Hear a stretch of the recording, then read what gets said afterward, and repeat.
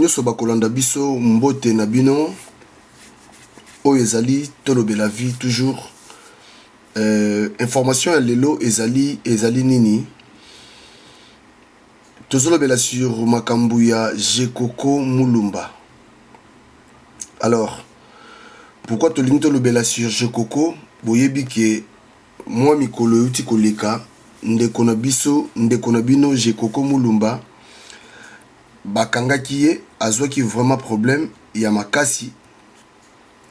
akomaki tina niveau ya kosanza même makila. Boyebi ke ndeko na biso abelaka. Alors balingaki ba bimisa ye ndenge toyokaki biso nyoso esali que coup de fil moko utaki likolo comme quoi azana droit ya kobima te, soki pe il faut akufa kuna, soki pe il faut ndenge nini toyebi te. Alors lelo na moment où naza ko informer bino eza nini eza boye nanu esalama te na mboka moko na mokili oyo komona ndeko na état ya souffrance, ndeko na état ya critique, mais bakei kosambisa ye likolo ya mbetu nanu esalama te. Alors toyebi te qu'est-ce qui se passe au juste eloko nini vraiment ezo marché te na mboka. Tango cardinal Mosengo alobaki ba médiocre, je crois ebotaki oyo fallait bota, mais nayebi te na ba juge bozo ndima kokende kosambisa ndeko oyo ya bino likolo ya mbetu ya hôpital. Est-ce que vraiment c'est juste makambo yo? Est-ce que c'est normal? Bandeko nanga ba photo yango wana je crois bomona ndeko na bino Jekoko Mulumba ba, c'est-à-dire ba poni moma kaka oyo ya kosambisa ye zana ndenga zana na maladi bongo il faut samba po Jekoko aboma batu, po Jekoko asala boy bazela quand même mutu a se rétablir ndena mundenge ndena yebi bazela mutu quand même a se rétablir po zo makasi ya koloba. Mais na kati ya hôpital likolo ya mbeto hôpital bakei kosambisa ndeko na biso Jekoko Mulumba. Nayebi te soki makambo oyo esalama na mboka nini. Voilà, ba entouré ye bokomona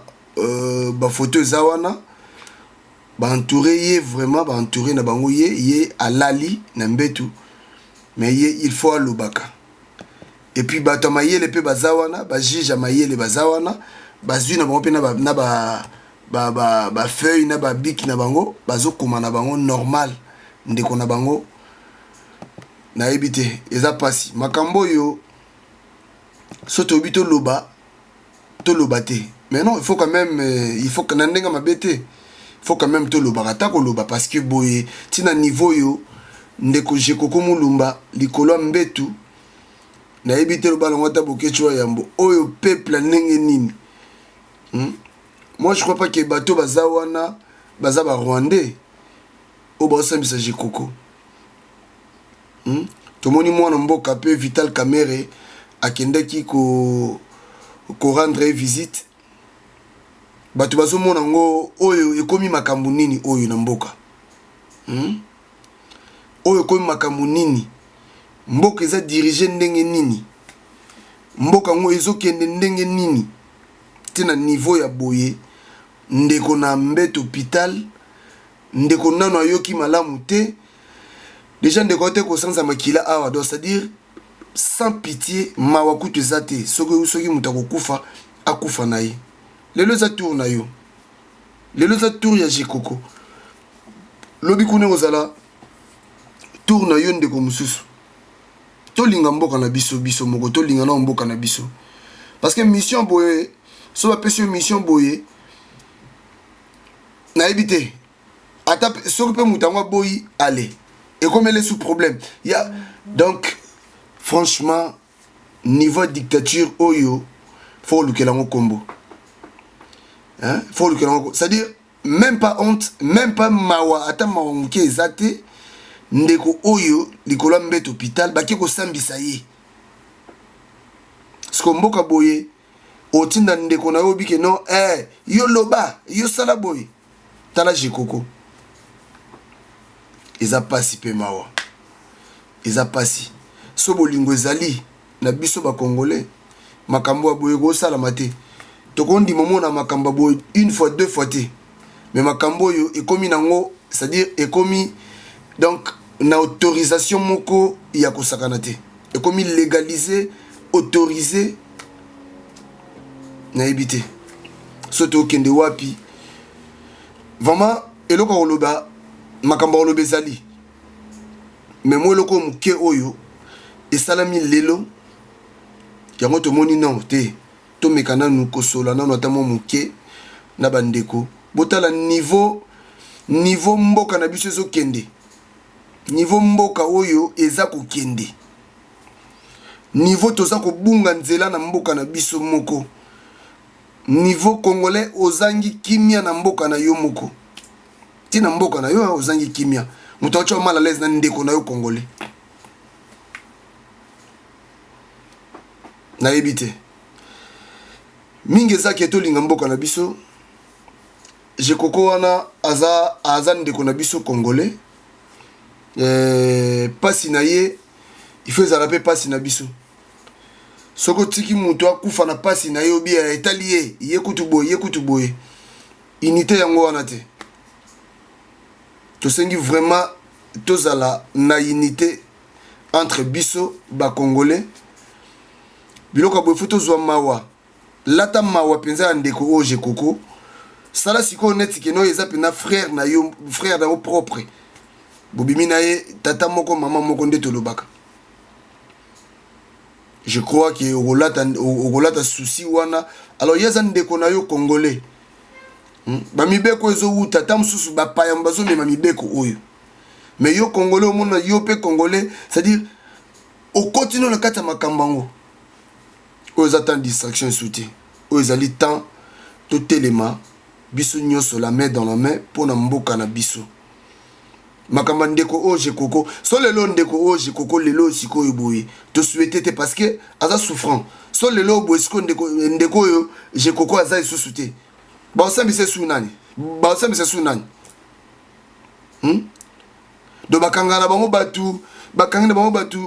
ndeko na biso Coutinho Fernando bakanga ye ti barandre ndenga komi wana ale bazu batito c'est-à-dire asili alo balisusu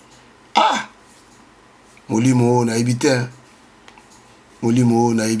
ba juge vraiment ko balati pena bateni baye ba juge baye po basambisa mutu oyo aza likola mbetu ya hôpital soko moni bomona ka ba obimisa na balwa na bango ezaka wana ata kutu loi yango vraiment maweza te ndeko ya sanza makila to mona yango biso nyo to moni ndeko zo sanza makila pasi nini famille ndeko oyo zo mona na minute oyo pasi nini famille ya DJ Koko Mulumba eza komona na minute oyo non yango wana vraiment que les anti-valeurs dégagent franchement ba anti-valeurs tout vraiment na ba juge oyo vraiment baza ba médiocre na ebité ya koloba ezali tokoloba parce que c'est pas normal tina niveau tout le monde a boye vraiment muninga za na mbet hôpital muninga za na tango ya pasi ya lolenge boye bondi manabino bokende ko luka ko sambisa ye vraiment na mbet hôpital boye en tout cas eza malamu mingité congolais tous ont conscience to linga mboka na biso parce que tozaka na mboka moko wana tolobaka chaque fois tozaka na mboka mibale te surtout tozaka na mboka mibale ngeza malamu toka na mboka moko wana tokoma bapaya na mboka na biso moko toma omona pasi na mboka na biso moko na kati ya mabele na biso okoloba te tozalaka tonda omona soki moto auti libanda yo kota na lopango na mno luka bitumba bokotuna nanu te omoni kamba bo banino bitumba makambo nyonso otuna nsima mais lelo oyo soki azokufa ndeko na ye kasi nani je kokote te songa na lati susi kuna lati susi mupaya mutu mwa akosaka na mboka na biso te mutu akosaka na biso azala te. D'ici là, portez-vous bien.